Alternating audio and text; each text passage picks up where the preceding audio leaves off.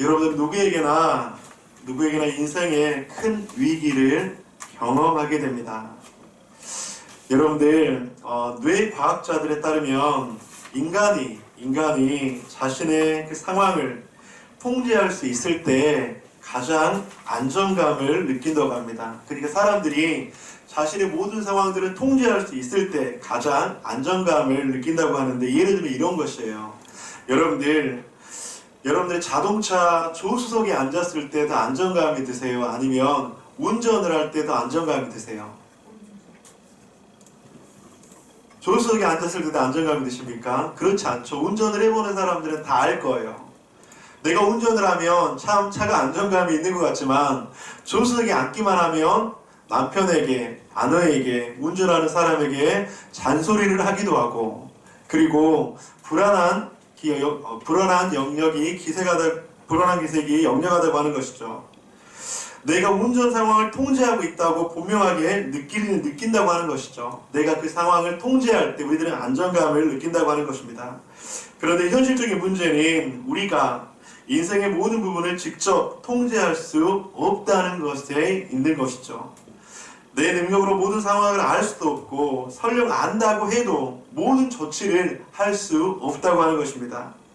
이처럼 살아가면서 누구에게나 큰 위기의 사건이 있습니다. 그런데 그 위기가 어떤 사람에게는 터닝 포인트가 되기도 하고, 그래서 새로운 능력과 새로운 삶을 살기도 하지만, 또 어떤 사람에게는 더 큰 위기를 경험한다고 하는 것이죠. 지난 주일 베드로는 그 위기 가운데 인생의 전환점을 맞이했다고 그렇게 말씀을 드렸습니다. 예를 들면 갑자기 직장의 문제 때문에, 질병의 문제 때문에, 또한 가족의 문제 때문에, 자녀의 문제 때문에, 물질의 위기로 인해서 어떻게 반응하고 결정하고 선택하느냐에 따라서 결과는 달라질 수 있다고 하는 것이죠. 그래서 어려운 상황에 있는 성도님들을 신방할 때 저는 꼭 이런 이야기를 합니다. 성도님, 이번 일이 성도님의 삶을 인도하시는 하나님의 터닝 포인트가 되어서 새로운 시작이 되기를 그렇게 기도하겠습니다. 어려움 가운데 있는 성도님들에게 찾아가서 꼭 이야기를 합니다. 성도님, 지금 이 고난, 어려움 왜 찾아왔는지 알 수 없지만 이 일들을 통해서 성도님의 삶 속에서 큰 터닝 포인트가 되기를 소망합니다. 얼마 전에 일면식도 없는 한 장로님께 전화가 왔습니다. 마산에 사시는 분이세요. 장로님께서 자신의 사역자 아들이 어려움 중에 있는데 큰 결정을 좀 내려야 된대요. 그 일로 저와 30분 정도 상담을 했습니다. 그러면서 이런 이야기를 해드렸습니다. 선택은 본인이 해야 되는 것이고 책임도 본인이 지는 것입니다. 하지만 장로님의 아들이 이번 일로 더 성숙하게 될 수도 있고 어려움을 겪게 될 수도 있습니다. 하나님께서 기뻐하시는 선택을 한다면 장로님의 그 아들이 사역자로서 인생의 큰 터닝 포인트가 되고 귀한 것들을 얻을 수 있을 것입니다. 오늘 본문에서 사도 바울은 회심의 사건으로 인한 인생의 터닝 포인트가 찾아옵니다. 잘 알고 있죠.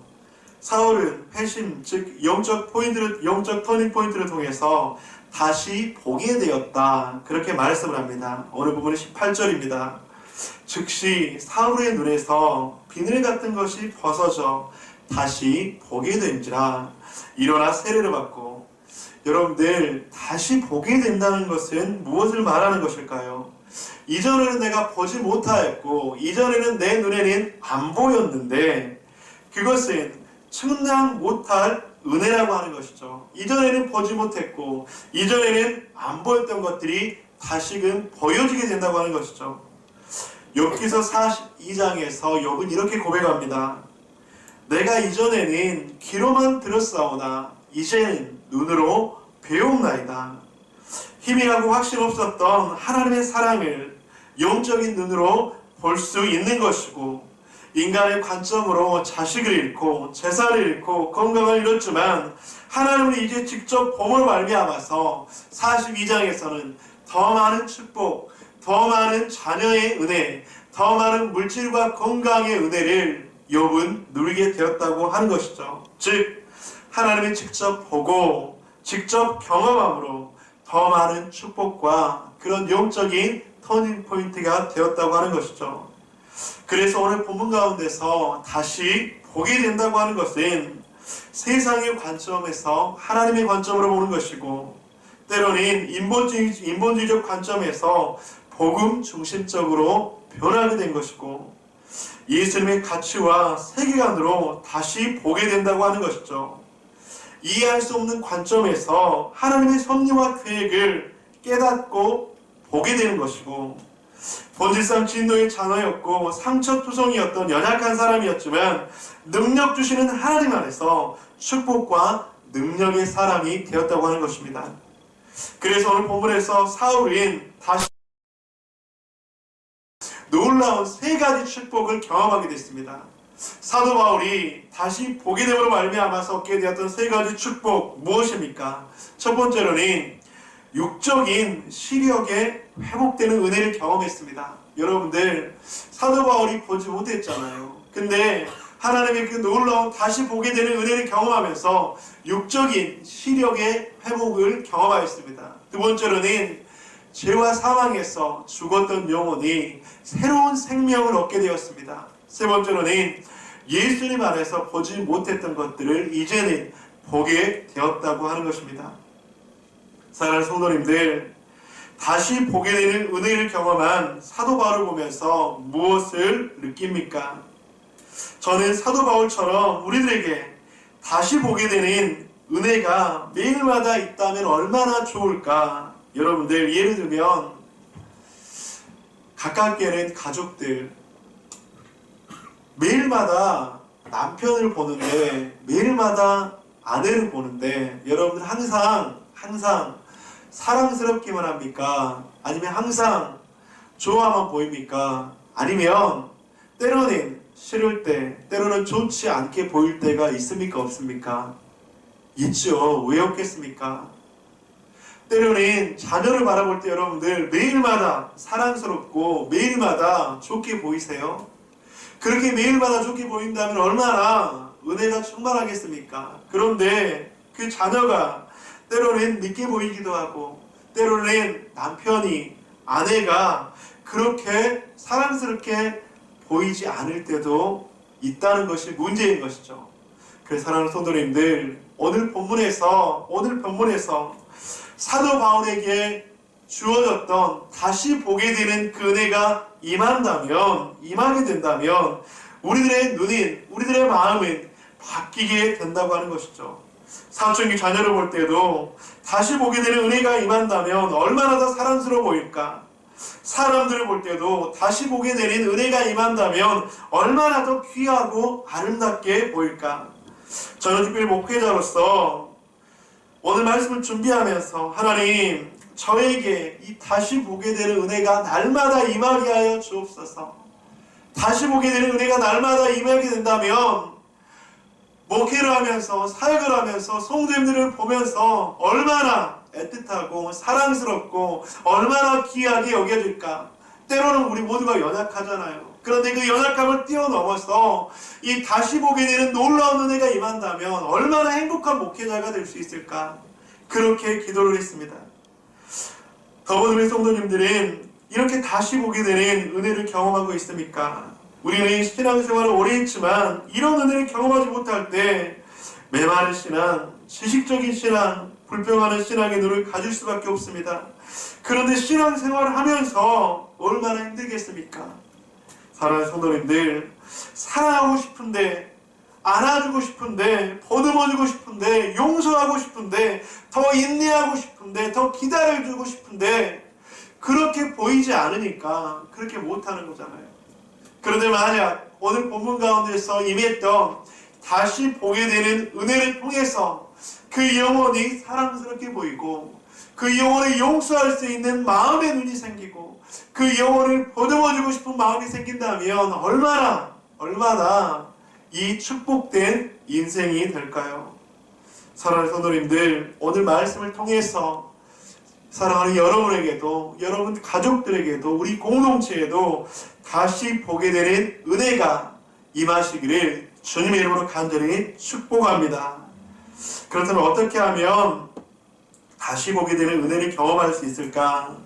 오늘 말씀을 통해서 두 가지를 함께 좀 나누고 싶습니다. 첫째는 주님의 뜻 가운데 살 때 다시 보게 되는 은혜를 주십니다. 너무나도 막연한 말씀이죠. 당연하죠. 주님의 뜻 가운데 살면 다시 보게 되는 은혜를 주시죠.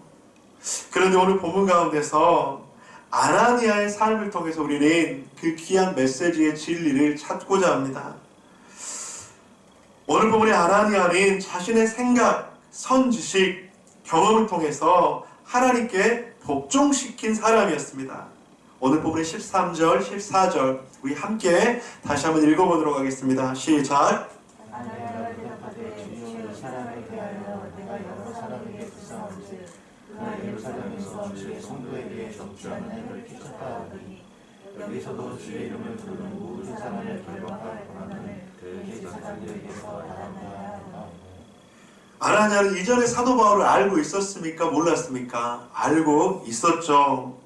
성도에게 해를 끼쳐서 함께하고 싶지 않은 사람, 성도를 핍박하고 결박하는 사람, 성도의 생명을 위협하는 사람, 아나니아는 들었습니다. 그러면서 수많은 사람이 아나니아에게 그렇게 이야기를 했을 거예요. 있잖아. 이 사울이라는 사람이 있는데 그 사람은 꼭 피해야 돼. 꼭 조심해야 돼. 그 사람에게 잘못 걸리면 그때는 그 인생 끝날 수밖에 없어. 주위의 수많은 사람은 아나니아에게 이야기를 했습니다. 그런 카드라 통신이 아나니아에게 들렸다고 하는 것이죠. 사도 바울은 이런 사람이라 카더라. 사도 바울은 생명에 위협을 준다는 사람이라고 카더라. 수많은 말들이 아나니아의 귀에 들렸습니다. 오늘 본문에서 아나니아도 그것들을 알고 있었죠. 성도에게 직접 적지 않은 해를 끼쳤다 하더니 모든 사람을 결박할 권한을 갖고 있었다 하더니 하지만 아나니아는 자신의 생각을 하나님께 맡겼던 사람인 것 같습니다.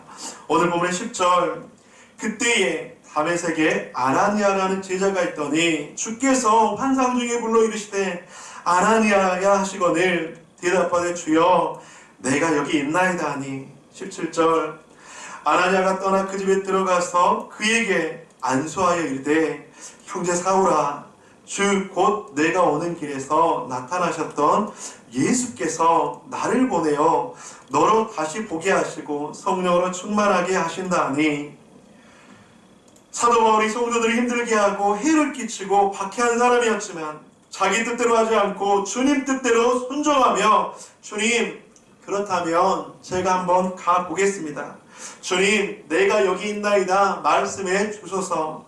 주님 내가 듣기로는 그 사울 함께하면 절대로 안 되는 사람인데 그 사울 옆에 가면 너무나도 위협을 주는 사람인데 그 사울 교회를 핍박하고 성도의 생명을 위협하는 사람인데 주님께서 말씀하시면 내가 가보겠습니다. 사랑하는 성도님들 모든 사람이 손가락질했고 모든 사람들이 기피했던 그런데 그 사람에게 아나니아는 갔다고 하는 것이죠. 무엇을 말하는 것입니까? 바로 아나니아는 하나님의 말을 듣는 사람이었고 아나니아는 하나님의 그 부름에 응답한 사람이었습니다. 여러분 저는 여기서 과연 아나니아가 없었으면 어떻게 되었을까? 가끔씩 종종 그렇게 생각을 해봅니다. 아나니아와 같은 한 사람이 있다면 소망이 있는 줄 믿습니다. 아나니아와 같은 사람이 있다면 그곳 가운데 하나님의 나라와 하나님의 영광이 하나님의 뜻이 이루어질 줄 믿습니다. 우리 사랑하는 더버드의 가족 여러분, 여러분들이 여러분들의 가족 가운데서 이런 아나니아와 같은 한 사람이 되기를 간절히 축복합니다. 여러분들이 있는 직장 속에서 여러분이 이런 아나니아와 같은 한 사람이 되기를 간절히 축복합니다. 여러분들이 더워든 공동체에서 바로 여러분 한 사람이 아나니아와 같은 사람이 되기를 주님의 이름으로 간절히 축복합니다. 주여 내가 여기 있나이다 나를 사용하소서. 주님 모든 사람이 가는 것을 다 꺼려하지만 주님께서 나에게 말씀하신다면 내가 가겠습니다. 그렇게 있는 한 사람을 통해서 그가 있는 그곳을 변화시킬 줄 믿습니다. 하나님의 나라는요, 여러분들, 이 아나니아와 같은 한 사람의 하나님의 뜻에 순종하는 사람을 통해서 시작된다고 하는 것이죠. 아나니아 한 사람의 순종은 자신의 편익점과 지식적인 시각을 바꾸어 놓았고, 하나님의 나라의 한 사람 바울의 육과 영을 회복했으며, 바울이 하나님 나라의 비전을 이루도록 했다고 하는 것이죠. 여러분들 얼마나 놀랍습니까? 아나니아 한 사람이 순종하니까 바울이 육신이 회복이 되었어요. 아나니아 한 사람이 순종하니까 바울이 죄와 사망 가운데서 예수 그리스도의 놀라운 복음의 능력을 경험했어요. 아나니아 한 사람이 순종하니까 한 바울이 주님께 돌이키고 하나님의 나라와 이 땅을 위해서 헌신한 놀라운 능력의 사람이 되었다고 하는 것이죠. 여러분, 우리 모두는 바울에게 초점을 맞추어요. 우리 모두는 바울이 참 대단한 사람이구나 그렇게 생각을 해요. 물론 그렇죠. 근데 여러분들, 저는 바울보다 더 위대한 사람인 바로 이 아나니아 한 사람인 줄 믿습니다. 누구도 주목하지 않고 누구도 알아주지 않지만 하나님께서 말씀하셨을 때 순종한 그 한 사람, 그 아나니아를 통해서 그런 놀라운 회복과 치유가 일어나게 될 줄 믿습니다. 사랑하는 성도님들, 우리는 신앙 안에서 우리의 시각으로 한 사람을 낙인 찍지 않는지는 돌아봐야 합니다. 여러분들, 심리학 이론 가운데 낙인 이론.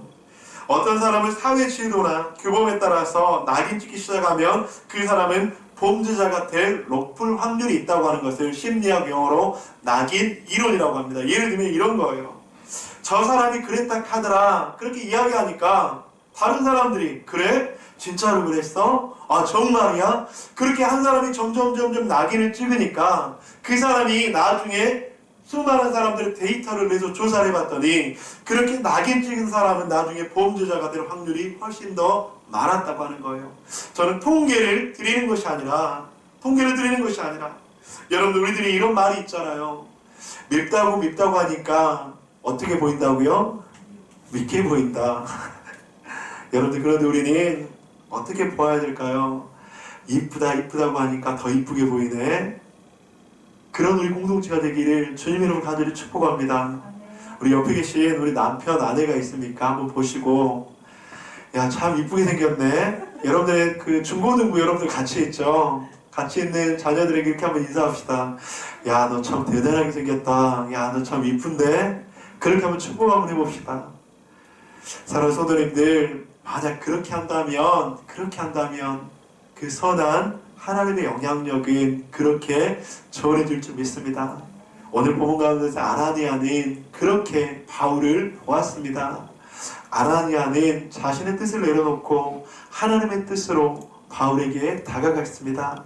그때 바로 다시 보게 되는 은혜가 임하게 될 줄 믿습니다. 어떻게 다시 보게 되는 은혜를 경험하게 될까? 첫째는 하나님의 뜻에 순종할 때 그런 은혜가 임한다고 있습니다. 두 번째는 기도할 때 다시 보게 되는 은혜를 주십니다. 목사님, 당연히 알죠. 기도하면 어떻게 다시 보게 되는 은혜를 주시지 않겠습니까? 여러분들, 그런데 중요한 것은 우리들의 머리로 아는 지식, 우리들의 단순한 동의로 아는 지식이 아니라 기도할 때 다시 보게 되는 그 은혜를 주십니다. 이 말씀을 듣고 기도의 자리로 나아가는 그 사람에게 은혜를 주시는 줄 믿습니다. 아멘. 바울은 어떤 사람이었는지 디모데전서에서 자신을 이렇게 표현합니다. 디모데전서 1장 13절, 내가 전에는 비방자요 박해자요 폭행자였으나 도리어 긍휼히 입은 것은 내가 믿지 아니할 때 알지 못하고 행하였음이라. 비방자, 박해자, 폭행자라고 말합니다. 하지만 그는 복음의 능력 예수 그리스도를 만나고 회심하였습니다. 예수의 십자가를 경험했고 죄인인 자신을 발견했습니다. 그리고 나서 바울은 무엇을 하고 있습니까? 오늘 본문의 13절 우리 함께 읽어보도록 하겠습니다. 시작!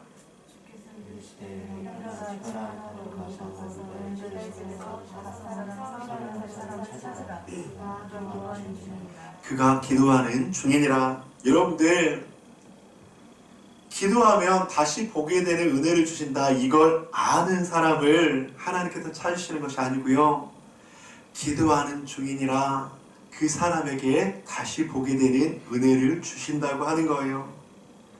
여기서 기도하는 중이니라 이 헬라 원어는 프로스케타이라는 말입니다. 흔히 일시적인 형식적인 바리새인들의 의식적인 기도가 아니라 경건한 모양이 있지만 경건한 행함은 없는, 능력은 없는 그런 기도가 아니라 간절한 마음으로 뜨겁게 자신들의 삶 속에서 몸부림치는 기도를 말하는 거예요. 그냥 365일 계속 기도만 하는 사람이 아니라 그가 속해 있는 그곳 가운데서 간절함으로 기도하는 마음으로 살아가는 사람, 기도하는 마음으로 하나님 앞에 나아가는 그 사람, 바로 그 사람에게 다시 보게 되는 은혜를 주신다고 하는 거예요. 구절에서 말하는 것처럼 먹지도 마시지도 못하며 식음을 전폐하는 그 가운데서도 기도하는 사람, 바울은 자신의 과거를 깊이 회개하면서 전심으로 하나님 앞에 기도했다고 하는 것이죠. 사랑하는 성도님들, 우리는 신앙생활을 할 때 오류에 빠지는 것이 있는데 구원과 구원 이후의 삶이라고 하는 것입니다. 여러분들, 구원은 값없이 주시는 하나님의 선물인 것을 믿으십니까? 아멘. 여러분들, 그렇다면 이 땅에서의 구원 이후에 영화로운 하나님을 만날 때까지는 우리는 성화의 삶을 위해서 몸부림쳐야 된다고 하는 것입니다. 우리들의 몸부림과 수고와 노력과 즉 값이 이 땅 가운데 살아가면서 필요하다고 하는 거예요. 여러분들, 오해해서 듣지 마시기 바랍니다. 기도하지 않는 사람은 죽은 사람이에요. 기도하지 않는 사람은 죽은 사람이에요. 기도는 성도의 호흡이라고 이야기합니다. 그런데 만약 내가 기도하지 않는다면 나의 영혼은 죽어. 새벽 집회 때 여러분들 기도해라, 그걸 말씀드리는 것이 아니라 여러분들의 삶의 영역 속에서 잠깐이라도 하나님 앞에 기도하는 그 삶, 설거지할 때도 기도할 수 있어요. 버스를 타고 다닐 때도 기도하고 있어요. 기도할 수 있어요. 잠시 걷다가도 기도할 수 있어요. 그렇게 기도의 호흡을 놓지 않는 그 삶 가운데 하나님께서 다시 보게 되는 은혜를 주신다고 하는 거예요. 마가복음 9장 29절에서 말씀합니다. 이르시되 기도 외에 다른 것으로 이런 유가 나갈 수 없느니라. 우리가 기도할 때 다시 보게 되는 은혜를 경험할 수 있습니다. 기도할 때 자신의 연약함을 보는 것이 아니라 능력 주시는 하나님을 볼 수 있어요. 기도할 때 장애물을 보는 것이 아니라 그 장애물을 초월하게 하시는 하나님을 볼 수 있어요. 기도할 때 사람이나 환경을 보는 것이 아니라 하나님의 비전을 볼 수 있어요. 저는 여기서 기도하면 모든 것들이 다 응답된다, 알라딘의 요술램프처럼 주님 기도하면 모든 것들이 다 응답됩니다, 그런 것을 말씀드리는 것이 아니라 기도의 우리의 상황들이 더 나빠질 수도 있어요. 여러분들, 그렇지 않나요? 여러분들 기도하니까 여러분들의 인생 가운데 물질적인 것이나 건강이나 모든 것이 다 좋아지던가요? 어떤가요? 여러분들, 더 나빠질 수도 있어요. 아니, 저는 나빠지는 경우도 종종 보게 됩니다. 여러분들, 제가 여기서 기도할 때 하나님께서 응답하신다고 하는 것은 우리들의 상황, 환경은 그대로이고 더 나빠질 수도 있지만 우리가 기도할 때 그 상황을 극복할 수 있는 힘을 주실 줄 믿습니다. 우리가 기도할 때 그 상황을 초월할 수 있는 능력을 주실 줄 믿습니다. 그것이 바로 기도의 능력이에요. 그것이 바로 기도의 힘이에요. 여러분들, 그냥 기도의 고문을 시키는 것이 아니라 그냥 긍정적인 그 마음을 여러분들이 주는 것이 아니라 성경에서는 우리가 믿는 하나님은 우리들에게 그렇게 말씀하고 있습니다. 기도 외에는 이런 유가 나아갈 수 없느니라. 바로 그것이 기도하는 자에게 주시는 축복이고 그것이 바로 기도의 몸부림을 치는 자에게 하나님께 주시는 능력이라고 하는 것입니다. 그런데 오늘 본문 가운데 사도 바울은 그렇게 기도 가운데 있었다고 하는 것이죠. 여러분, 영국에서 신앙의 그 자유가 제한되었을 때 한 젊은이가 예수님을 믿었다는 이유로 12년 동안 옥에 갇히게 됩니다. 그런데 그 옥에 갇혀 있는 동안 12년 동안 아내가 죽게 돼요. 그리고 세 자녀는 고아원에 가게 됩니다. 그런 비참한 현실 속에서 주님, 내가 무엇을 해야 됩니까? 그렇게 처절하게 기도했다고 합니다. 하나님, 너무 고통스럽습니다. 이제 어떻게 해야 합니까? 주님, 제가 할 수 있는 일이 무엇이 있습니까? 만약 제가 그 하나님의 귀한 메시지를 듣기만 하면 절망하지 않고 그렇게 나아가겠습니다. 그런데 이때 주님께서 그 성도에게, 청년에게, 그 사람에게 이야기합니다. 글을 써라. 내가 너에게 글을 쓰는 것이 너에게 주는 달란트다. 그러면서 그 사람인, 그 성도인 그 옥에서 글을 쓰기 시작합니다. 그 글이 바로 성경 다음으로 전 세계에서 가장 많은 사람들이 읽고 있는 베스트셀러인 바로 철로 역정이라고 하는 것이죠. 사랑하는 성도님들, 기도하면 모든 것이 만사형통처럼 다 이루어진다. 이거는 기복신앙입니다, 여러분들. 그런데 기도하면 분명한 것은 이겨낼 수 있는 힘을 주실 줄 믿습니다. 기도하면 지혜를 주실 줄 믿습니다. 기도하면 다른 길을 보여주실 줄 믿습니다. 기도하면 다시 보게 되는 놀라운 은혜를 경험할 줄 믿습니다. 제가 지난번에 자가격리 받을 때 이름을 공개해도 될 것 같아요. 우리 오연학 집사님 딸 혜민이한테 장문의 문자가 왔어요. 그러면서 목사님 많이 힘드시죠?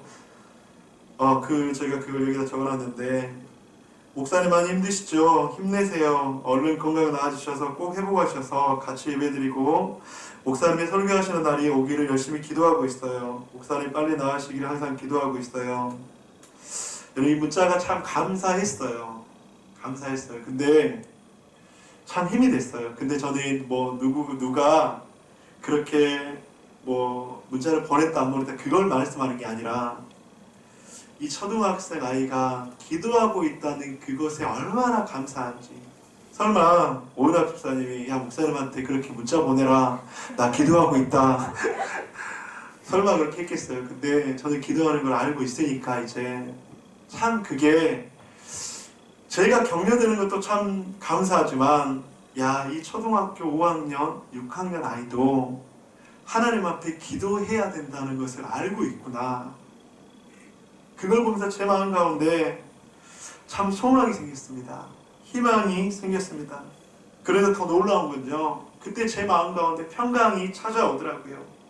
이전에 보지 못한 것들을 다시 보게 되더라고요. 사랑하는 성도님들, 기도하는 자에게 주시는 놀라운 축복은 이전에 보지 못했던 평강을 보게 되는 거예요. 기도하는 자에게 주시는 놀라운 축복은 이전에 누리지 못했던 평안을 누리게 되는 거예요. 이전에 감사하지 못했던 감사를 알게 되는 거예요. 이전에 보지 못했던 하나님의 은혜를 보게 되는 거예요. 사랑하는 성도님들, 기도는 다시 보게 되는 놀라운 하나님의 은혜를 주시는 줄 믿습니다. 빌립보서 4장 6절과 7절에서 말씀합니다. 아무것도 염려하지 말고 다만 모든 일에 기도와 간구로 너희 구할 것을 감사함으로 하나님께 아뢰라. 우리 7절을 함께 읽겠습니다. 시작. 그리하면 모든 것을 해야 하나님의 평강이 그리스도 예수 안에서 너희 마음과 생각을 주시리라. 아멘. 기도의 능력으로 말미암아 그런 은혜를 다시 보게 되기를 주님의 이름으로 간절히 축복합니다. 그렇게 다시 보게 되는 은혜를 우리를 어떻게 변화시킬까요? 예수님의 이름을 위해서 쓰임받는 아름다운 인생으로 우리를 사용한다고 하는 것이죠. 오늘 본문의 15절, 주께서 이르시되 가라, 이 사람은 내 이름을 이방인과 임금들과 이스라엘 자손들에게 전하기 위해서 택한 나의 그릇이라. 그가 내 이름을 위하여 얼마나 고난을 받아야 할 것을 내가 그에게 보이시리라 하시니, 내 이름을 위하여, 내 이름을 전하기 위하여. 사도 바울은 이전까지는 자신의 이름을 위해 살았던 사람입니다. 하지만 이제는 자신이 아닌 예수님의 이름을 위해서 사는 사람이 되었다고 하는 것이죠. 내 이름을 위한 것은 무엇일까? 여러분들, 여기 컵이 있습니다. 이 컵에 물을 넣으면 무슨 컵이 될까요? 물컵이 되겠죠. 이 컵에 과일을 넣으면 무슨 컵이 될까요? 과일컵이 되겠죠. 밥을 넣으면 밥컵이 될 거예요. 근데 이 속에 쓰레기를 넣으면 어떤 컵이 될까요? 그건 쓰레기 컵이 된다고 하는 것입니다.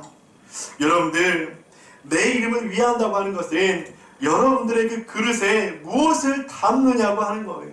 여러분들의 그 그릇에 예수 그리스도를 담기를 간절히 축복합니다. 여러분들의 그 그릇에 예수 그리스도의 그 능력, 십자가의 능력, 예수 그리스도의 사랑을 담는다면 여러분들은 하나님의 사랑의 컵이 된다고 하는 것이죠. 고린도서 4장 7절 가운데서 말씀합니다. 우리가 이 보배를 질그릇에 가졌으니 이는 심히 큰 능력은 하나님께 있고 우리에게 있지 아니함을 알게 하려 함이라. 여러분들이 예수 그리스도의 그 보배와 같은 십자가 사랑을 담는 컵이 된다면 우리는 다시 보게 되는 놀라운 은혜를 경험할 줄 믿습니다. 여러분들, 하나님께서는 아나니와 같은 순종의 사람들에게, 바울과 같은 기도의 사람들에게 다시 보게 하는 은혜를 주십니다. 하나님께서는 아나니와 같은 순종의 사람들에게, 바울과 같은 기도의 사람들에게 다시 보게 하는 은혜를 주신다고 하는 것이죠. 그런데 순종의 사람, 기도의 사람이 놓치지 않아야 되는 한 가지가 더 있습니다. 오늘 본문의 18절 함께 읽어보도록 하겠습니다. 시작! 즉시 사울의 눈에서 비늘 같은 것이 벗어져 다시 보게 된지라 일어나 세례를 받고. 여러분들, 사울의 눈에서 이게 비늘 같은 것이 벗어졌대요. 이걸 이제 해석하는 사람, 신학자마다 여러 가지 해석을 하는데, 어떤 사람은 진짜로 사울의 눈에 비늘 같은 것들이 이제 딱 끼어서 안 보였다고 이렇게 이야기를 하는 신학자도 있습니다. 또 어떤 사람은 영적으로 해석해서 사도 바울이 죄의 그 비늘이 벗어져서 보게 되었다, 그렇게 이야기하는 사람도 있어요. 저는 두 가지 해석 다 무리가 없는 해석이라고 생각합니다. 그런데 저는 한 가지 더 그렇게 말씀을 드리고 싶습니다. 여러분들, 저는 쓴뿌리에 비늘이 벗겨지지 않으면 절대 다시 볼 수가 없습니다. 여러분들, 흔히 우리는 우리에게 쓴뿌리가 있으면 어떤 열매를 맺게 될까요? 아름다운 열매, 건강한 열매, 먹을 수 있는 열매를 맺지 못해요.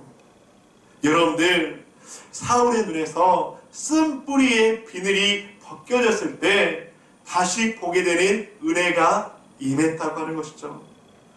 어떤 쓴뿌리가 있습니까? 죄의 쓴뿌리, 마음의 쓴뿌리, 원망의 쓴뿌리, 분노의 쓴뿌리, 두려움의 쓴뿌리, 염려와 불안의 쓴뿌리. 여러분들, 그런 쓴뿌리가 있으면 우리는 다시 보게 되는 은혜를 누리지 못한다고 하는 것이죠. 사랑하는 성도님들, 우리에게 만약 이런 쓴뿌리들이 있다면, 주님, 나의 그 쓴뿌리를 예수 그리스도의 십자가의 보혈의 능력으로 정결케 하여 주시고 벗어지게 하여 주시옵소서. 그래서 이번 한 주 주님께서 주시는 것들을 보게 하여 주옵소서. 아침에 일어나면 옆에 있는 아내가 너무나도 사랑스러워 보이고, 아침에 일어나면 사춘기인 자녀가, 날 너무나도 말을 안 듣는 그런 자녀가 너무나도 귀하게 보이고, 눈을 뜨면 직장의 동료 때문에 너무나도 그 직장이 가기 싫었지만 그 동료가 너무나도 안타깝게 보이고 긍휼히 여겨지게 보이고, 내가 다시 한번 눈을 떴더니 이 세상 가운데 너무나도 분노와 원망이 가득했는데 너무나도 귀하게 아름답게 보이고. 여러분들, 만약 이번 한 주 이런 은혜가 있다면 우리는 행복한 삶이 되지 않겠습니까? 만약 이번 한 주 이런 은혜가 있다면 살아갈 수 있는 힘이 생기지 않겠습니까? 그런데 늘 우리들의 그 눈 가운데 비닐이 막 씌워지는 거예요. 늘 비닐이 씌워져서 믿게 보이고 어렵게 보이고 힘들게 보이고 너무나도 안타깝게 보이고. 여러분들, 그 비닐이 벗어져서 이번 한 주 주님의 은혜 가운데 다시 보게 되는 그런 축복을 누리시기를 주님의 이름으로 간절히 축원드립니다. 말씀을 마무리하도록 하겠습니다.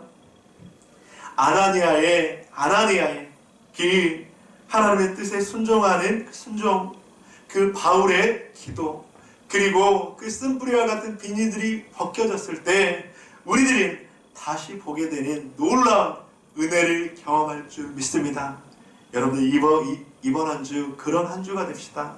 이번 한 주 그 주님께서 우리들을 보호하시고 우리들의 비닐을 벗겨주셔서 살아갈 수 있는 놀라운 은혜를 주옵소서. 그렇게 기도하시는 저와 여러분 되시기를 주님의 이름으로 간절히 축원드립니다.